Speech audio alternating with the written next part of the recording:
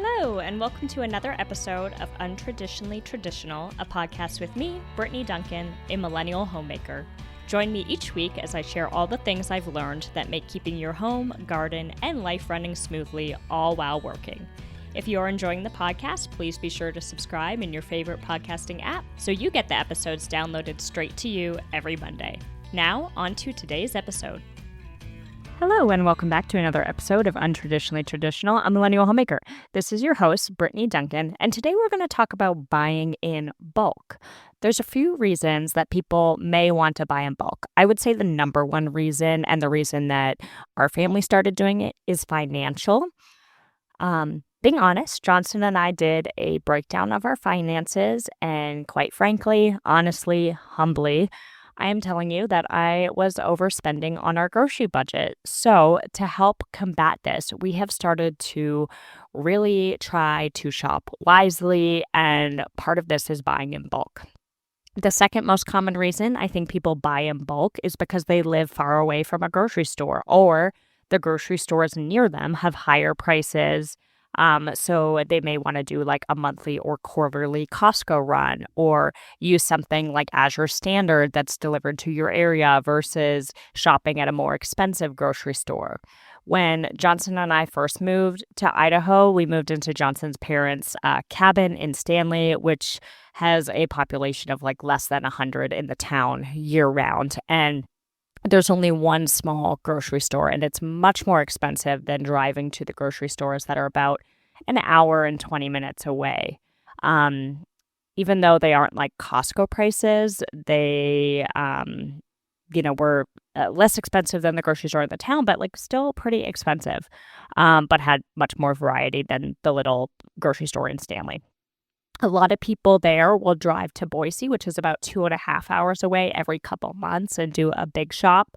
But now that we are in Boise, it's so easy. I mean, I could go to the grocery store every single day if I wanted to. It's 4 minutes from my house. And y'all know I love Instacart, and I could get groceries delivered every day if I wanted to, which honestly is probably one of the reasons that it makes it really easy to overspend, is that we have such great access, and I think a lot of people live in this boat.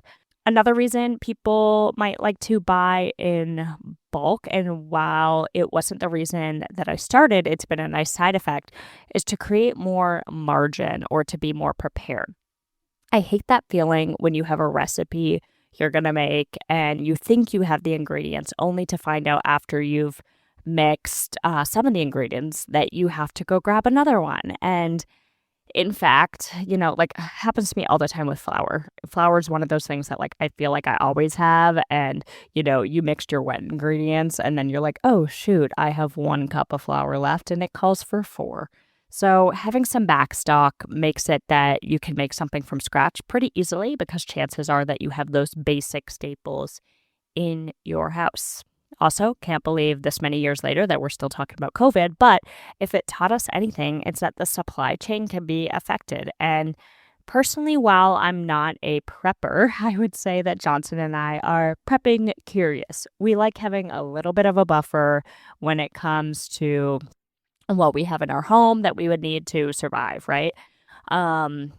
That can be like boiled down to if both of us get sick at the same time, and we want to have some things on hand to make that week easier. So margin, whether that's just for a couple days, a week, or if like you needed to have a month of food on hand, what does that look like? That said, the main reason that we started bulk buying was for the cost savings. So that's what I'm going to dive into today mainly. I'll share what I recommend buying in bulk, how to analyze it, like for what works for your family, and then implementing that bulk food into your kitchen so that you're not just buying things to buy them, you're buying foods that you actually use. Now, I'm going to make a fairly broad statement, and that is that everybody could benefit from some version of bulk buying. It doesn't need to be that you're buying everything in bulk, but that what you're using heavily, you find you're using constantly, those items that are continually on your grocery list that are not perishable, little asterisks there, are things that you should consider buying in bulk. For a long time, I avoided bulk buying because I felt like we lived in a small house, we didn't have the storage space to buy in bulk, And now I'm realizing that, like, as I dive into this, that's simply not true because I'm not having to buy everything in bulk. And a lot of what is considered bulk isn't actually that big of a quantity. So, for example, brown rice, we make a lot of it. And I was thinking that if I was going to buy rice in bulk, that it would be like a 100-pound bag. And that's simply not true. I mean, you can get a 100-pound bag if you want one, but I'm buying a 20-pound bag of rice from Costco. And it's about the price of 3 pounds of rice from Trader Joe's for that 20 pounds, right? So big cost savings. And honestly, it doesn't take up that much space. So my first bit of advice would be to look at what you're using in your house often. So dried goods, canned goods, frozen goods. Make those lists. For us, some of these items looked like white rice, brown rice, flour, rolled oats, garlic powder, onion powder, chicken breast, ground beef, black beans, chickpeas, diced tomatoes, nuts, walnuts, pecans, almonds, and mixed nuts, seeds, pumpkin, chia, hemp, and ground flax, minced garlic, better than bouillon chicken and beef bases, maple syrup, honey, cheese, avocado oil, olive oil, butter, canned coconut milk. That was basically like our starter list and kind of where we're at in terms of like what we're buying in bulk right now. If you simply look at a list of what people recommend for you to keep as dried foods, there's a good chance it may be things that you don't use. A lot of times, like another example is that like these lists often include dried beans. And we don't use a lot of beans from the dried state. In fact, the only dried beans I use are red beans when I make red beans and rice. And I make like 2 pounds at a time. You know, it'd take me a while to get through a bulk thing of red beans. And like other than that, like all the beans I use are canned. So it doesn't make sense for me to buy a bunch of dried black beans. I'm probably not going to use them. It's just not something that, you know, we're doing. It's just more things to store and time to figure out how to use them. And I don't have the capacity for that right now. So I'm not buying them. When you start to buy in bulk, only buy what you are actually using in your kitchen currently, not what you hope to use, not what you want to learn how to use. Start with what you're actually using. Then, if you want to try something new, buy a small quantity, see how it works. And if it's something you decide that you like and you want to implement into bulk, then you can do it. Don't just like dive into buying that 20-pound bag of beans. You know, buy the 1 pound first, try to make them from dried to, you know, into your recipe and see if it's something that you could see doing often. So after I made the list of the items that we use regularly, I took to creating a side-by-side comparison of costs by weight at different grocery stores. And it's important to do it by weight or quantity, volume, so that you're actually looking at like apples to apples in terms of the cost. And honestly, I started this because I was considering using Azure Standard. A podcast that I listened to was advertising a discount code and talking about how great it was. And I've heard about it for years. And so I wanted to see how cost effective it was versus Costco, because we have a membership there. And what I found surprised me. For almost all the items that I compared, which was many of the things I just listed, plus some things that we don't order all the time, like cereal, wild rice, whole wheat flour, ground turkey. Almost every single item that I compared, Costco was more cost effective.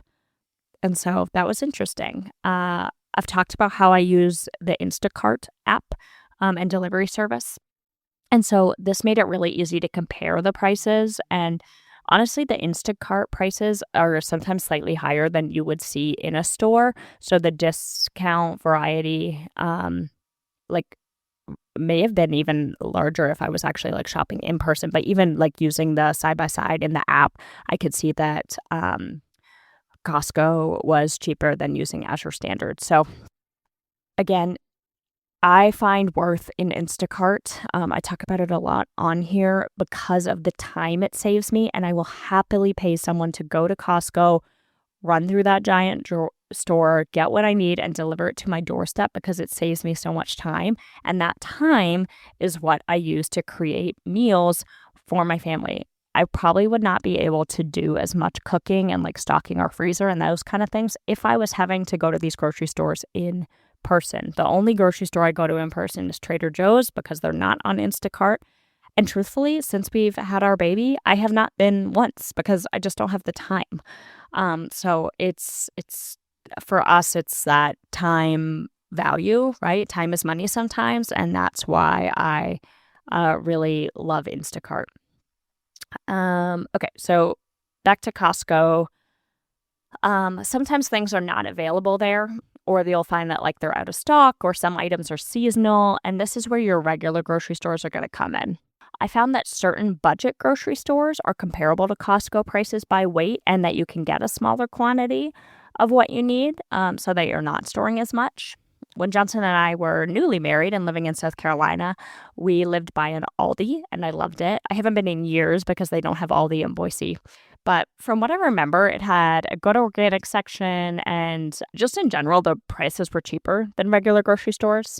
And then just yesterday, I placed a grocery order through the Grocery Outlet Bargain Market, which is a chain here in Boise. I believe they're nationwide, but I know they're there's quite a few out in the West. And I was really impressed with the selection that they had. There were organic selection, many of the same products that I would be getting from our regular grocery store or Trader Joe's, but they were more economical. And you'll know I love Trader Joe's, especially for produce, because they have a great organic selection. And I'm pretty sure, don't quote me on this, but I think that their prices are determined nationally, so they're averaged out and tend to be less expensive. This is especially true if you live in major metropolitan cities where groceries can be more expensive, like New York City. As my friend Christian would say, it's a real price performer. So, shout out to Trader Joe's, but also Aldi. Check them out. The Grocery Outlet Bargain Market. If you happen to live in Atlanta, the DeKalb, I think it's called the DeKalb Farmers Market, but it is like a Costco-sized warehouse of everything you can think of food-wise. And when we lived there, we saved so much money on groceries shopping there, but also it was just like amazing quality, great produce, international foods. I miss it so much. So if you live there, definitely shop there. As you start to implement bulk buying, doing it at once can feel expensive. So perhaps start with going in bulk as you run out of items. And this will space out the slight uptick in financial burden that you have buying a larger quantity of something all at once. Another option would be to buy items as they're on sale. So things like baking items, right? Flour, chocolate chips, baking powder, baking soda, pie crusts. They may be less expensive during the holiday baking months. Snacks for kids' lunches. They are probably less expensive in the months approaching the school year. So, look for those in August. My word of caution with the, buying when it's on sale method would be to make sure that you're looking at the expiration dates. And if you choose to buy in bulk with a fast approaching expiration date, make sure you record that somewhere and keep it in mind so that food isn't going to go to waste. Moral of the story, if you want to do your grocery shopping in the most economical way, chances are that you're going to be sourcing your groceries from multiple stores. Some things are going to be in bulk, some are going to be from Trader Joe's, some are going to be from the budget grocery stores, and then there are things that I would consider buying from local farmers for cost savings.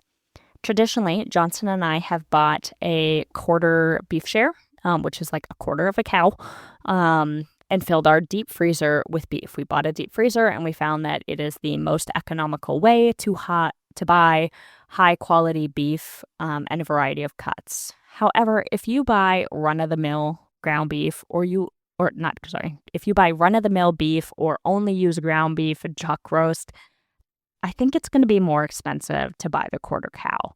Then I'd say go with like Costco, because with the beef share, you're going to get short ribs, tenderloins, flank steaks, brisket, roasts, ossobuco, New York strips, ribeyes, other cuts that are much more expensive to buy in the grocery store. But like if you never buy those or you don't want them and you're just like a ground beef family, then it would be cheaper just to buy ground beef. But for us, we like those different cuts, so that's what we do. We buy a quarter beef share or a half beef share. We've done the same with pork shares. We've done it with lamb. From an economical standpoint, I would say that beef and pork are going to be your best bets to buy from farmers. Buying chickens from farmers is still really expensive.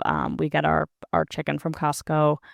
Lamb is expensive but delicious and a high quality meat. But again, if you're looking to save money, I'd say stick with the basic meats. The other thing you can get from farmers in bulk is storage produce. Again, a caveat, I would say only do this if you have a proper cold storage room. I tried to store carrots and onions that I had bought in bulk from farmers at the end of the season, and our house, even in the garage, it was just too warm. They didn't keep. I would love to have a cold storage room, but we don't have one. So in order for me to tap into this resource, I'm going to have to figure out how to preserve these either through like canning or dehydrating. Freeze drying would be another option, but we don't have a freeze dryer. So for now, I'm buying smaller bulk quantities from Costco when it comes to things like onions, potatoes, carrots, squash. But if you did have a cold storage room, I would buy large bulk quantities of these from farmers. Talk to them at the farmers market, see what kind of discount you can get for buying a large quantity. Or if you have a big old garden, you could grow your own storage crop, which would also be amazing. But again, make sure you have a way to store it properly. Okay, circling back to what most of us metropolitan, small kitchen, small home kind of people that don't have cold storage rooms, what we can do, you'll start with your list of products you use and then do the cost comparison between the big bulk stores, online retailers, and your smaller grocery stores. When it's time to buy and store these, some of these things are going to be easy to store, like your canned goods. For example, I bought coconut milk, diced tomatoes, not potatoes, diced tomatoes, black beans, chickpeas from Costco, and the quantity was 8 cans each. That's not huge by any means, but it's cheaper than buying individual cans at my smaller grocery. I keep 1 can each in my kitchen pantry, and then the rest are stored in a cabinet in our garage. When I get down to 1 or 2 remaining cans, it goes on the reorder list. Your dried foods can be a little bit more complicated. Flour, rice, rolled oats, pasta, and these kind of things, you'll want to keep in airtight containers. You can look at 5-gallon buckets with lids. You can get these from your hardware stores like Lowe's or Home Depot. Amazon has lots of options.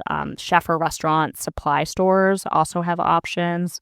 And then I've heard of people talking to their local grocery store baking departments and asking if they have the old buckets and lids that the icing comes in or some of their ingredients. And I've heard that you can get those for free because they're just throwing them away.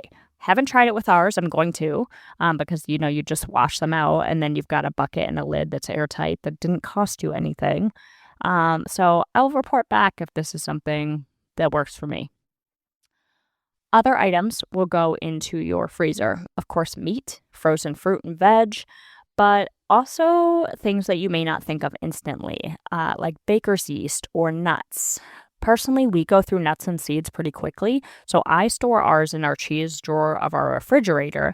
But if you don't use nuts as often, the freezer can extend their shelf life significantly.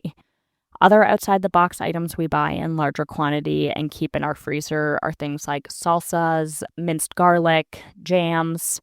I buy big jars, and then I repack them into smaller jars for more regular use. I recently put up a reel on Instagram doing this with minced garlic and Mateo's salsa, which I love, and it was on sale at Costco. So if you want to see what that process looks like, go over to my Instagram, Untraditionally Traditional Pod, and that reel is up there, and you can see kind of how I do that. Eventually, I would love to learn how to can so I can make some of these items myself and make them shelf stable. But again, that's a future goal. So right now, I'm just repacking and freezing. In terms of keeping your freezer functional and organized, I recommend having categories or zones for different items and keeping some sort of log as to what you have on hand. I put in an episode on this podcast early on. I think it was called Your Freezer is Your Friend, that dove into the organizational side of the freezer. So check that out. And then actually next episode, thanks to a listener request that was perfect timing, I'm going to talk about creating freezer meals. We recently did a whole lot of this preparing for the postpartum phase. So it's nice and fresh in my brain, and I will share some of the favorite recipes that we've made that freeze well, tactics you can implement. And this goes hand in hand with the bulk buying, is bulk cooking and freezing. Nobody should have to cook from scratch every night, but it's great to have the option to eat homemade from scratch nutritious meals every night, and bulk cooking and freezing makes this possible. Truthfully, we will not be going back even once we're out of the newborn phase because it's given us so much more freedom. It's saved us money because it's easier for us to pull a meal out of the freezer than it is to order takeout, and that's how it should be in my opinion. Okay, before we close out the episode, I want to share a review that I somehow missed from February. Cheyenne writes, "Best podcast. I somehow just discovered this podcast and I'm absolutely hooked. Thank you so much for what you do. This is literal gold." Cheyenne, thank you. I hope you're still listening. So kind of you to write this review of the podcast. Y'all, I can't tell you how much reviews and hearing from you guys makes my heart sing. Many of you reach out to me on Instagram, which I love, love, love. You can also leave comments. Please be kind. On episodes in Spotify. And of course, Apple reviews like this one help the show grow and other homemakers like you find it. Join me back here next week to talk about freezer meals. Until then, happy homemaking, everyone. Thank you for listening to this episode of Untraditionally Traditional. If you enjoy the podcast, please share it with those special people who would love it too, and write a review. For more tips and photos of my home and garden, follow Untraditionally Traditional Pod on Instagram. Until next week, let's continue to make our homes places of joy and service to ourselves and those we share them with.